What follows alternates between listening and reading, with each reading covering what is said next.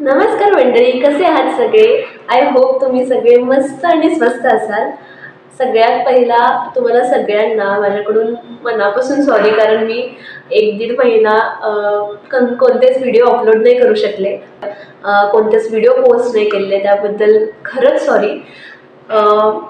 ताईचं लग्न होतं 21 डिसेंबरमध्ये, त्यामुळे त्याच लग्नाच्या घाईमध्ये गडबडीमध्ये मी यूट्यूबकडे थोडंसं दुर्लक्ष केलं आणि त्यामुळे मला जास्त काही अपलोड नाही करता आलं, कारण मी शूटच नव्हते करत. It's okay. पण आता आपण इथून पुढे आपली जर्नी परत स्टार्ट करूया आणि अजून मस्त मस्त इम्प्रूव्ह करूयात आपलं यूट्यूबचं चॅनेल.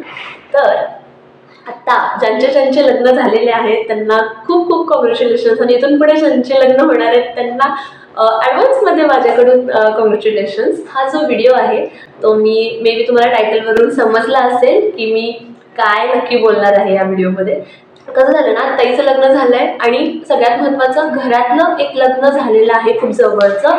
त्यामुळे जी काय तयारी होती ती मला वाटतं 1.5-2 महिन्यापूर्वीपासूनच आमची सुरू होती आणि खूप बारीक बारीक गोष्टी आहेत की त्यात मला असं वाटलं की तुमच्याशी शेअर करावेत, जस्ट चिटचॅट व्हिडिओ करावा या गोष्टीवरती, म्हणून मी आता तुमच्याशी ह्या टॉपिकला घेऊन एक व्हिडिओ बनवते. लग्न एकदाच होतं आणि त्यामुळे असं प्रत्येक ब्राईडला किंवा जी मुलगी आहे किंवा जो ग्रूम आहे, जो मुलगा आहे, त्याला प्रत्येकालाच वाटत असतं की माझ्या लग्नामध्ये हे करावं, माझ्या लग्नामध्ये हे व्हावं, मी असा दिसावा, मी अशी दिसावी, माझी साडी अशी असावी, ह्या सगळ्या गोष्टी आपण मनात धरून चालत असतो.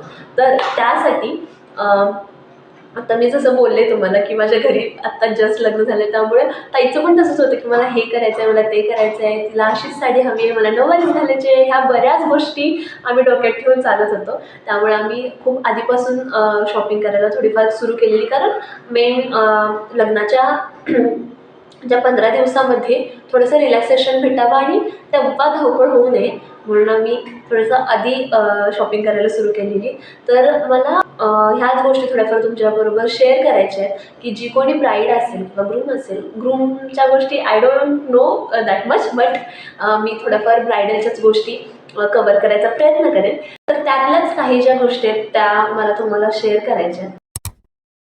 तर सगळ्यात महत्त्वाचा आउटफिट जेव्हा आपण लग्नासाठी, जी ब्राईड असते किंवा एखाद्या मुलीला वाटत असेल की बाबा मला लग्नामध्ये हीच गोष्ट, म्हणजे ही साडी घालायची किंवा असंच मला आउटफिट वेअर करायचं आहे, असा लुक करायचा आहे, तर त्याच्यासाठी सगळ्यात महत्त्वाचं मी सांगते की पिंटरेस्टवरती जा आणि एखादी कोणती जी इमेज आहे की बाबा तुम्हाला वाटते की असं मला लुक करायचं आहे, तसं एक काहीतरी माइंडमध्ये ठेवत जा. कारण कसं आहे ना, आपल्याला हे माहीत असतं की मला असं असं करायचं आहे लूक, पण आपल्याला दुसऱ्यांना सांगताना किंवा एखाद्या व्यक्तीला आपल्याला दाखवताना आपल्याला ते एक्सप्रेस नाही करता येत. तर सो बेटर वे की आपल्याकडे एखादी इमेज किंवा एखादी गोष्ट दाखवायला असेल तर पिंटरेस्टवर बऱ्याच गोष्टी आहेत की तुम्ही त्याच्यावरून आउटफिट तुम्हाला जे हवे आहेत किंवा तुम्हाला जसं घालायचं आहे, जसं लुक करायचं आहे, त्याप्रमाणे तुम्ही सिलेक्ट करून जेव्हा तुम्ही आउटफिट घ्यायला जाल, जेव्हा तुम्ही खरेदी करायला जाल, तेव्हा जी व्यक्ती आहे त्याला तुम्ही दाखवू शकता की मला अशी अशी साडी हवी आहे, अशी अशी गोष्ट हवी आहे, तर ती त्याचप्रमाणे तुम्हाला दाखवेल आणि वेळ पण कमी होईल तुमचं. एक्झाम्पल द्यायचं झालं तर आम्ही कसं केलेलं, ताईला 2 लुकमध्ये खूप कन्फ्युजन होतं. सगळ्यात महत्त्वाचं तर कांजीवरम साडी जी आपण ती नेहमी घालतो ती, आणि दुसरी म्हणजे नऊवारी. तर तिला नऊवारी घालायचीच होती फॉर शुअर, पण ती टाळत होती कारण कसं आहे ना, माझ्या घरी पदर वगैरे घ्यावा लागतो, म्हणजे ती चुनरी आली नसायच्या आधी पदर हे सगळं घ्यायला लागतं. तर ते I don't think so Maharashtrian look जे आहे की नऊवारी, त्यावर ते इतकं छान दिसलं असतं. सो त्यामुळे तिचं असं होतं की नाही मग मी बेटर वे की मी कांजीवरमची साडी घालते. पण परत तिला असं पण वाटायला लागलेलं की कांजीवरम खूप आधीपासून त्याचा एक ड्रेस कोड असतो ना लग्नाचा, तशा टाईपमध्ये होतं आहे. सो परत तिचा विचार वेगळा झाला आणि मग परत तिनं असं ठरवलं की नाही आपण नऊवारीच घालूयात. सो त्यासाठी परत आम्ही चुनरी ॲज इट इज तिच्या मॅचिंगची, ह्या सगळ्या गोष्टी आहेत ना आम्ही त्या मॅनेज केल्या. सो म्हणून मी तुम्हाला सांगते की पिंटरेस्टवर एखादी जी गोष्ट आहे ना, ती तुम्हाला वाटते की मला नऊवारी घालायची आहे, मला कांजीवरम घालायचं आहे किंवा मला ह्याच रंगाची साडी घालायची आहे, तर तुम्ही तसंच जा आणि ती गोष्ट तुम्ही थोडीफार डिझाईन करा स्वतःसाठी, की बाबा मला असं असं थिंकिंग सुरू ठेवायचं, की बाबा मला हे असं असं करायचं आहे. त्याप्रमाणे मी तुम्हाला इथे कुठेतरी ताईचा जो लुक आहे तो नक्की दाखवेन. तर अजून एक गोष्ट आउटफिटमध्ये मला काय जाणवते, की एखाद्या गव्हाळ रंगाची व्यक्ती आहे, जिचा मस्त असा गव्हाळ रंग आहे आणि तिला एखादा निळसर साडी किंवा अशी साडी जी आहे ना, जी आकाशाच्या रंगाची आहे, म्हणजे ती मे बी सूट नाही होणार तिला.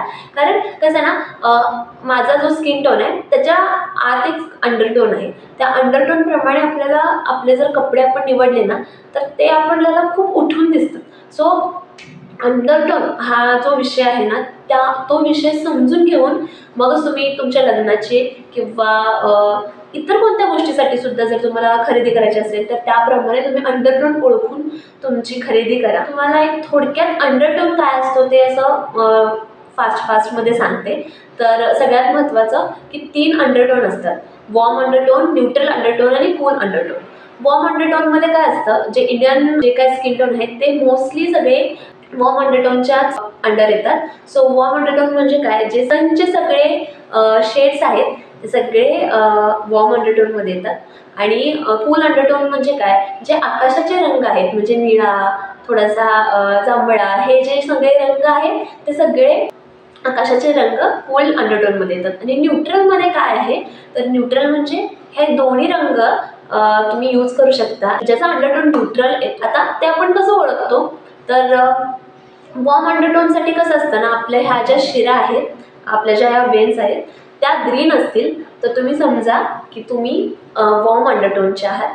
कूल अंडरटोन कसा ओळखायचा आहे, जर तुमच्या इथल्या ज्या वेन्स आहेत किंवा इथल्या ज्या वेन्स आहेत जर दिसत असतील, तर जर त्या पर्पल कलरच्या असतील, तर थोड्याशा निळसर कलरच्या असतील, तर तुम्ही समजायचं की तुम्ही कूल अंडरटोनच्या अंडर येतात. आणि तुम्हाला असं वाटतं की बाबा माझ्या वेन्स आहेत त्या थोड्याशा ग्रीन पण आहेत, थोड्याशा पर्पलिश पण आहेत, असं मिक्स आहे, तर तुम्ही न्यूट्रल अंडरटोनचे आहात. जेणेकरून तुम्ही दोन्ही म्हणजे कूल आणि वॉर्म ह्या दोन्ही रंगाचे कलरचे दोन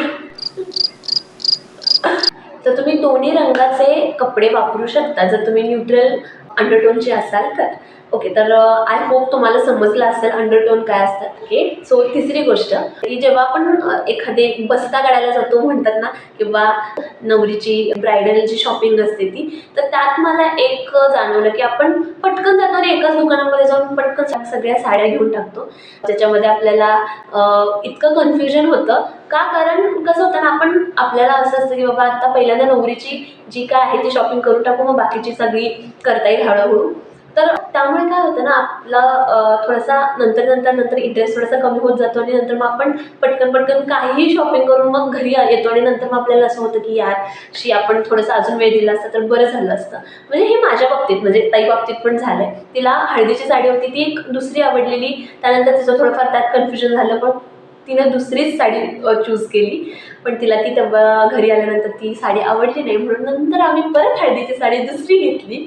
सो हे मी एक्सपिरियन्स केलेलं आहे, म्हणून मला सांगायचं आहे की जेव्हा तुम्ही साड्या घ्याल ना, तेव्हा किंवा तुमच्या ब्रायडलची किंवा तुम्ही एखाद्या कोणत्याही व्यक्तीची कपडे घेत असाल, खरेदी करत असाल, तेव्हा 4 दुकाने फिरा, शांतपैकी एक त्याला वेळ द्या त्या शॉपिंगसाठी. कारण खरंच आहे, लग्न एकदाच होत असतं ना, त्यामुळे त्या नवरीला किंवा त्या ग्रूमला असं वाटत असतं की येस मला ही गोष्ट अशीच हवी आहे, ही गोष्ट अशीच हवी आहे.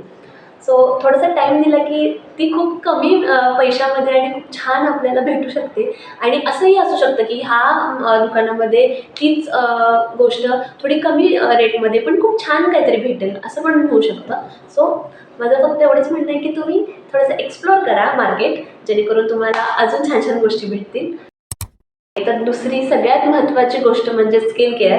येस, काय होतं ना, लग्नाच्या आधी बऱ्याच गोष्टी आपण ट्राय करत असतो. त्यानंतर लग्नाच्या आधी थोडासा स्ट्रेस पण असतो ब्राईडला, त्यामुळे स्किनवरती बऱ्याच गोष्टी रिॲक्शन येत असतात त्याच्या, जसं की डार्क सर्कल्स येत असतात, स्किनमध्ये पिंपल आलेले असतात. ह्या सगळ्या गोष्टीमुळे आपण थोड्याशा अजून खचून जातो की बापरे, आपण आता आपलं लग्न आलं आहे जवळ आणि आपल्याला आत्ताच हे सगळं होतं आहे. इतर वेळी बघायचं, आपण इतर वेळी खूप सुंदर असतो आणि जेव्हा आपल्याला काहीतरी चांगला आपला इव्हेंट असेल आणि काहीतरी फंक्शन असेल तर बरोबर त्या दिवशी काहीतरी झालेलं असतं, जसं की पिंपल आलं आणि डार्क सर्कल्स आले. ह्या सगळ्या गोष्टी तर मेन आहेत, ह्या येणारच.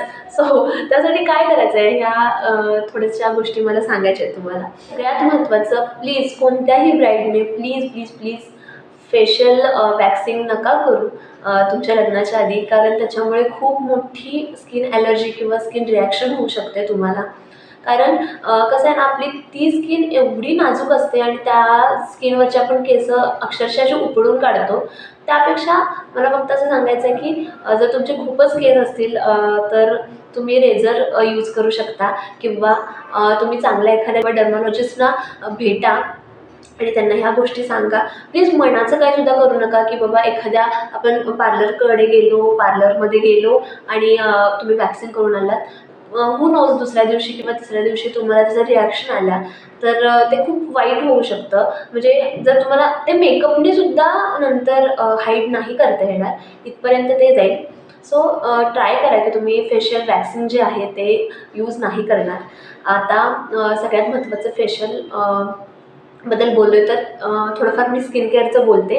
तर मी ह्या 2-3 आठवड्यामध्ये मी थोडंसं ट्राय केलं आहे की ज्यांची ऑइली स्किन आहे त्यांनी एक होम रेमेडी करू शकता.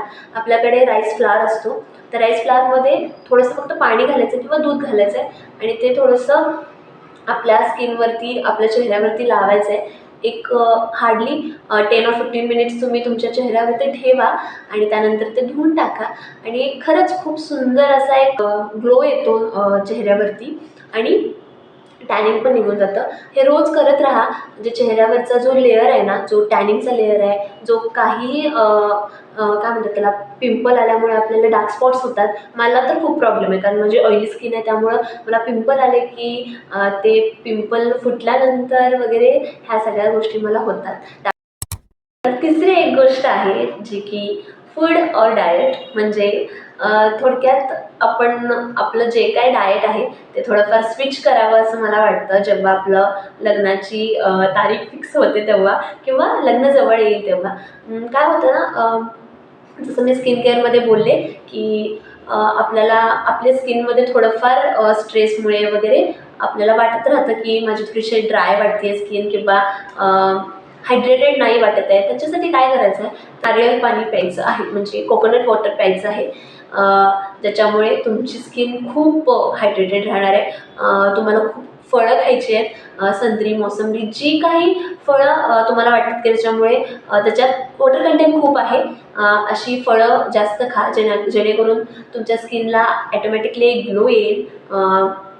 आणि फळं वगैरे खाल्ल्यामुळे ॲटोमॅटिकली आपलं ब्लड जे आहे ते पण शुद्ध होतं. बाहेरची कुठले क्रीम वगैरे यूज करण्यापेक्षा इंटेक जो आहे ना तो चांगला घेतला, फळं किंवा पाणी जास्त पिलं तर त्यामुळेच आपली स्किन अजून ग्लोई होणार आहे. महत्त्वाची की सपोज एखादी व्यक्ती थोडीशी माझ्यासारखी स्लिम असेल आणि तिला थोडीशी तब्येत वाढवायची असेल, वेट गेन करायचं असेल, तर त्यासाठी काय करायचं आहे, तर अशा गोष्टी खा ज्याच्यामुळे थोडंसं फॅट वाढेल.